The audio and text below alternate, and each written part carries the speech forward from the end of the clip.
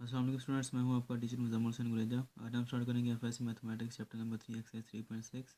नीचे मैंने अपना कॉन्टैक्ट नंबर और साथ में वेबसाइट का एड्रेस और ईमेल एड्रेस लिख दिया। अगर कोई प्रॉब्लम हो तो आप मुझसे कॉन्टैक्ट कर सकते हैं।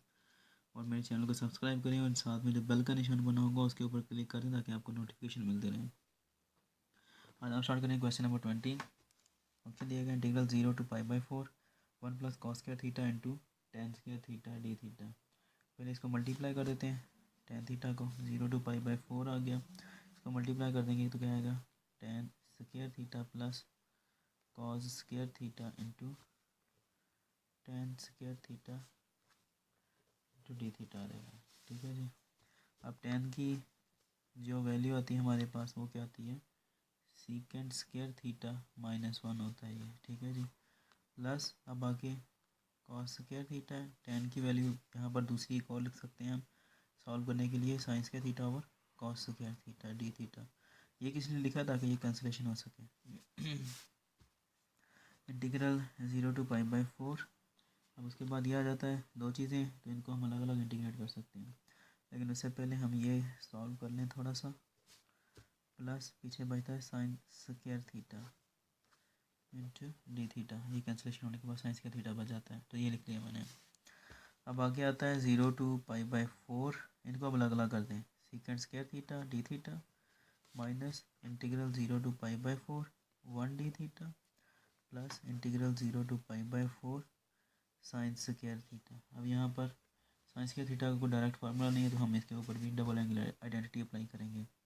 sec² थीटा का डायरेक्ट है वो क्या है जी, वो है tan थीटा 0 to π/4 -1 का क्या आ जाएगा थीटा इंटीग्रल उसका π/4 प्लस इंटीग्रल 0 to π/4। अभी ये सॉल्व करना बाकी है। sin² थीटा क्या आ जाएगा 1 - cos² theta over 2 into D theta आ जाता है। लिमिट अप्लाई करते हैं।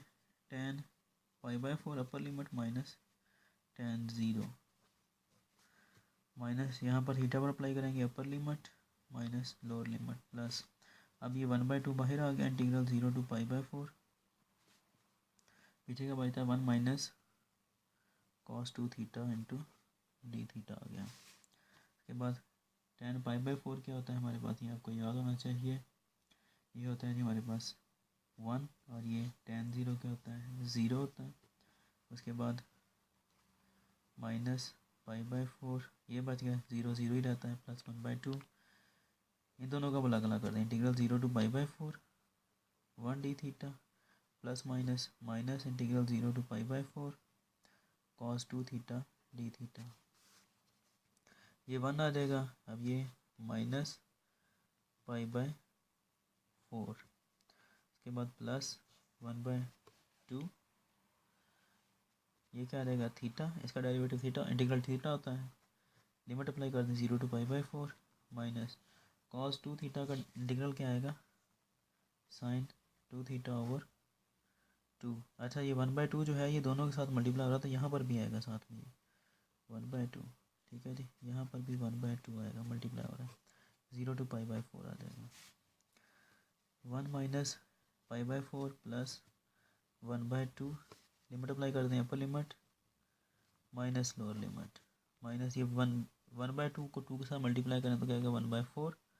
उसके बाद साइन अब यहाँ पर देखें लिख देता हूँ चले 2 थीटा की जगह पर क्या रहेगा π/4।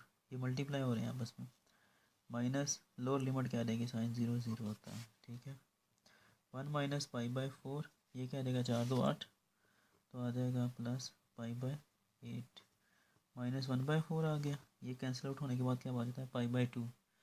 ठीक है तो साइन π/2 कितना होता है वो हमें पता है कि वो 1 के इक्वल होता है। ये sin 0 0 सिर्फ ये देगा।